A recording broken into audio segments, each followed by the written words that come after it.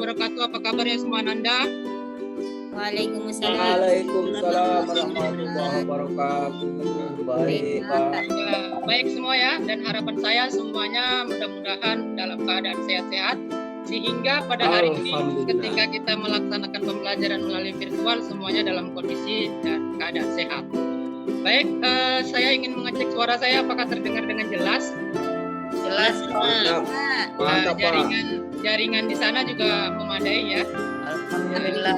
Alhamdulillah, dan mudah-mudahan tidak ada kendala ketika kita melaksanakan virtual pada hari ini. Baik, sebelum kita melaksanakan pembelajaran pada hari ini, saya harap kepada Ketua Pak Amir, silakan Amir pimpin dulu dalam berdoa. Ya, untuk mengharap berkah dari Allah dari pertemuan kita ini, mari kita berdoa. Berdoa dimulai. Bismillahirrahmanirrahim. Amin. Alhamdulillah, mudah-mudahan ya, alhamdulillah, mudah-mudahan dengan doa yang kita panjatkan menambah keyakinan dalam diri kita bahwa kita adalah manusia-manusia yang memiliki keyakinan terhadap Tuhan.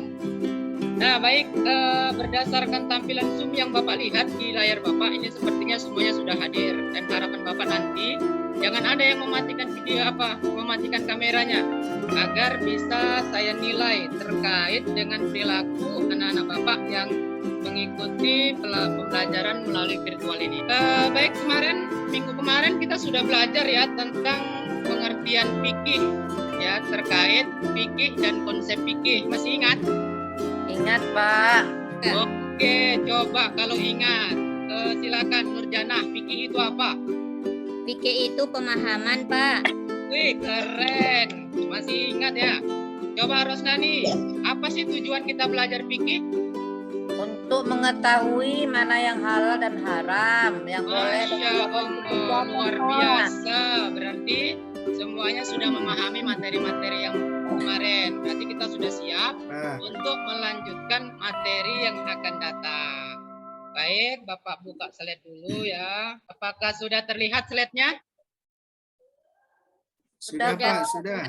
Alhamdulillah. Nah, pembelajaran kita pada hari ini diharapkan ya terkait dengan tujuan Pak, inilah tujuan-tujuan pembelajaran yang akan kita capai setelah kita mengikuti pembelajaran secara virtual pada hari ini. Jadi ada 4 poin secara garis besar yang akan kita capai setelah kita memahami atau kita mempelajari materi yang akan datang. Baik, sebelum kita melanjutkan pemateri selanjutnya, nah materi kita terkait sumber hukum Islam. Tapi sebelum kita ke sana, saya ingin menampilkan video ya. Nah, ini video. Silakan dilihat dan diamati. Jadi kalau gitu kita urutkan semuanya ada 6. 1, 2, 3, 4, 5, 6. 1, 2, 3, 4, 5, 6. Tapi jangan buat ke 6-6-nya. Saya tak ingin lepas ini tuan-tuan cuba semua. Oke, nah setelah kalian mengamati video, kira-kira berdasarkan video kan ada 6 pendapat terkait meletakkan tangan ketika sholat. Ada yang di atas dada, ada di antara dada dan pusat, ada yang tidak melakukan sedekap. Kira-kira menurut kalian boleh apa tidak? Boleh, Pak. Boleh. Kenapa boleh? Karena ada aturan mazhabnya. Iya, bagus sekali. Nah, jadi ada ulama-ulama tertentu yang membolehkan, ada yang tidak, ada yang menggunakan itu, ada yang tidak. Kenapa? Karena hadis Nabi itu tidak cuma satu ya. Jadi hadis Nabi itu banyak. Sahabat-sahabat meriwayatkan dari hadis-hadis itu banyak macam-macam. Nah, inilah yang akan kita bahas pada kesempatan ini. Namun sebelumnya Bapak ingin membagikan soal pretest nih. Silakan dibuka WA grupnya. Sudah Bapak bagikan. Kita melakukan pretest dengan Quizy. Oke, silakan dibuka grup WA-nya. Sudah, Pak. Oke, sudah bisa diakses ya. Nggak ada kendala ya mengaksesnya ya. Sudah bisa. Oke, kalau tidak ada kendala. Alhamdulillah. Wah, ini nampak nih saya monitor. Sudah siap semuanya mengerjakannya. Bagus. Baik, pada hari ini kita akan membahas tentang Al-Quran dan hadis sebagai sumber hukum Islam yang disepakati. Tapi sebelumnya sumber hukum Islam itu adalah dasar untuk menetapkan ketentuan-ketentuan dalam Islam. Yang pertama ada Al-Quran. Nanti akan kita bahas tentang pengertian Al-Quran. Kemudian dalil kehujahan Al-Quran. Kemudian isi pokok kandungan Al-Quran. Dan selanjutnya pedoman Al-Quran dalam menetapkan hukum. Bagaimana? Apakah Al-Quran membuat secara otoriter atau tidak? Nanti akan kita pelajari. Kemudian pembahasan yang kedua nanti terkait hadis. Apa itu hadis? Kemudian dalil kehujahan hadis sebagai sumber hukum Islam. Kemudian macam-macam hadis. Dan terakhir nanti fungsi hadis terhadap Al-Quran. Kenapa harus ada hadis? Kan Al-Quran sudah cukup, ya kan? Perlu nggak hadis lagi? Kan Al-Quran udah ada ya? Perlu nggak Amir? Pak, perlu. Perlu, Perlu, Pak. betul. Ya, tapi Iya. bagi sebagian ingkarus sunnah, artinya orang yang tidak percaya dengan hadis, mereka langsung berpedoman kepada Al-Quran. Menurut Siti Nurjana, kalau berpedoman langsung kepada Al-Quran, kira-kira boleh nggak tanpa hadis? Tidak boleh, Pak. Iya, betul sekali. Karena Al-Quran itu dibawa oleh Nabi.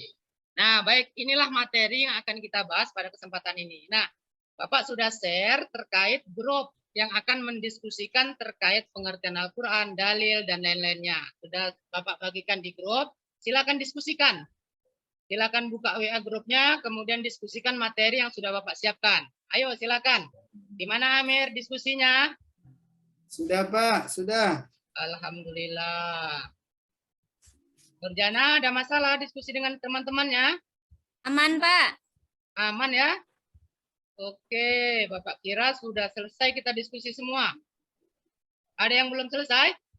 Sudah, Pak. Sudah selesai. Oke. Nah, baik. Kalau sudah selesai kalian melaksanakan diskusi melalui grup, silakan kalian presentasikan. Ayo, siapa yang mau duluan ini mempresentasikannya? Saya, Pak. Oke, silakan Siti Nurjana. Assalamualaikum warahmatullahi wabarakatuh. Baiklah, Waalaikumsalam.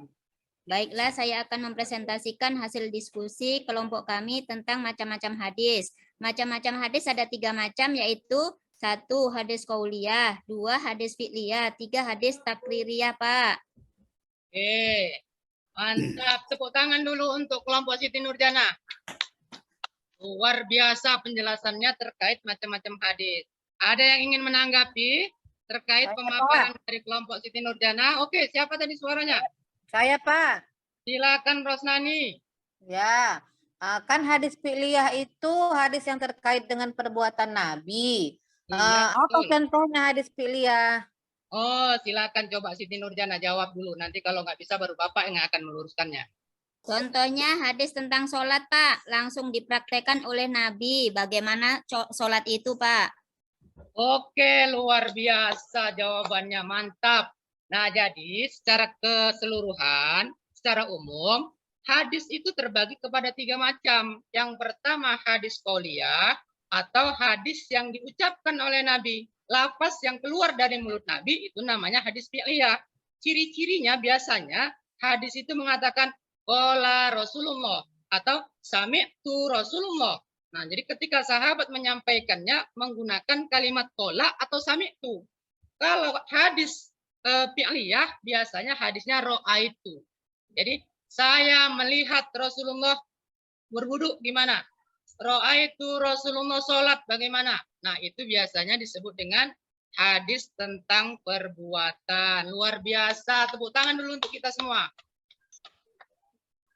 Nah, baik. Semua kelompok sudah melaksanakan presentasinya dengan baik. Jadi masing-masing kelompok Bapak acungin jempol dalam melakukan presentasinya. Meskipun diskusinya dalam dunia maya, tapi luar biasa aktifnya seperti keaktifan kita seperti biasa. Nah, sebelum kita akhiri pembelajaran kita, mari sama-sama kita simpulkan apa hasil pembelajaran kita pada hari ini. Baik, nah yang pertama tentang pengertian Al-Quran. Jadi Al-Quran itu adalah Kalamullahul munazzal ala Muhammadin al-manqulu mutawatiron al-muta'abbadu bitilawatihi. Jadi Al-Quran itu adalah kalamullah atau sesuatu perkataan Allah yang diturunkan kepada Nabi Muhammad. Ya, dengan berbahasa Arab. Jadi Al-Quran berbahasa Arab ya kan? Kemudian dinilai ibadah kalau kita membacanya. Amir, berapa nilai pahala membaca Al-Quran? Iya, jadi satu huruf yang kita baca dalam Al-Quran dinilai dengan 10 kebaikan. Lalu sahabat Nabi nanya tuh, ya Rasulullah, apakah alif lam mim itu satu huruf? Oh tidak, kata Nabi. Jadi alifnya satu huruf, lamnya satu huruf, mimnya satu huruf. Kalau kita baca alif lam mim dapat 30 kebaikan. Masya Allah kan? Itulah ganjaran yang diberikan oleh Allah kepada kita. Selanjutnya Rosnani, coba simpulkan terkait isi pokok kandungan Al-Quran.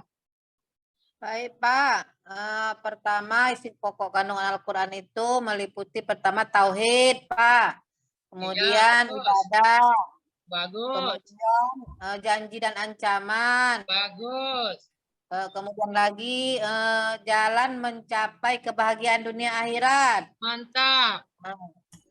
Terus riwayat dan cerita tentang umat-umat terdahulu Pak. Oke, nah itulah isi pokok kandungan Al-Quran. Amir, kira-kira apalah fungsi kisah dalam Al-Quran? Iya, jadi fungsi kisah dalam Al-Quran itu sama kayak kita punya kendaraan ada spionnya. Kalau punya kendaraan ada nggak spionnya? Ada Pak, ya. ada. Ya, jadi fungsi kisah dalam Al-Quran itu kayak kaca spion dalam kendaraan kita untuk melihat masa yang lalu agar kita tidak terjerumus ke masa yang akan datang. Kisah umatnya Nabi Nuh ditenggelamkan. Kisah umatnya Nabi Lut, pasukan homo ya, diguncang negaranya. Oke, bagus. Yang terakhir, coba Amir simpulkan. Fungsi hadis terhadap Al-Quran. Iya, fungsi hadis terhadap Al-Quran setahu saya ada 3 Pak.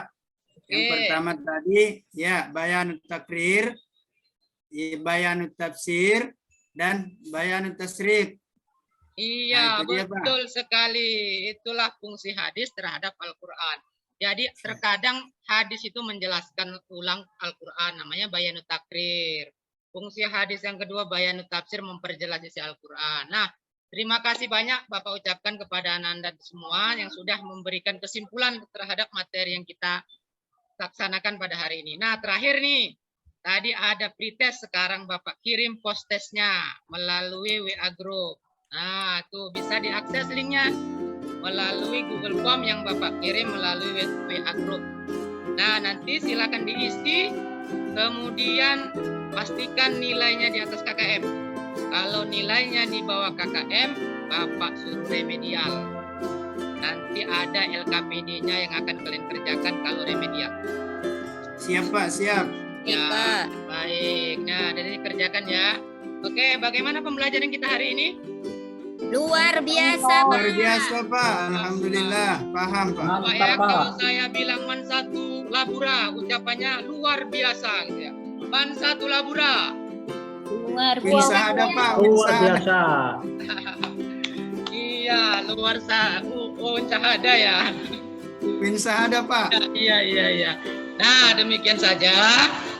Untuk pertemuan berikutnya kita akan membahas sumber hukum Islam yang selanjutnya, yaitu ijma' dan qiyas. Bapak harap kita sudah membaca materi-materi yang sudah ada dalam buku materi, atau kalian bisa akses internet untuk memahami tentang ijma' dan qiyas. Oke, untuk mengakhiri pembelajaran kita, silakan Amir pimpin dalam berdoa. Ya, berdoa dimulai dengan mengucapkan alhamdulillah dan kafaratul majlis. Alhamdulillahirabbil alamin. Allahumma bihamdika asyhadu an la ilaha illa anta astaghfiruka wa atubu ilaik. Berdoa selesai. Oke, thank you very much for your attention and syukran kasir, jazakumullah khair. Assalamualaikum warahmatullahi wabarakatuh. Waalaikumsalam warahmatullahi wabarakatuh. Wabarakatuh.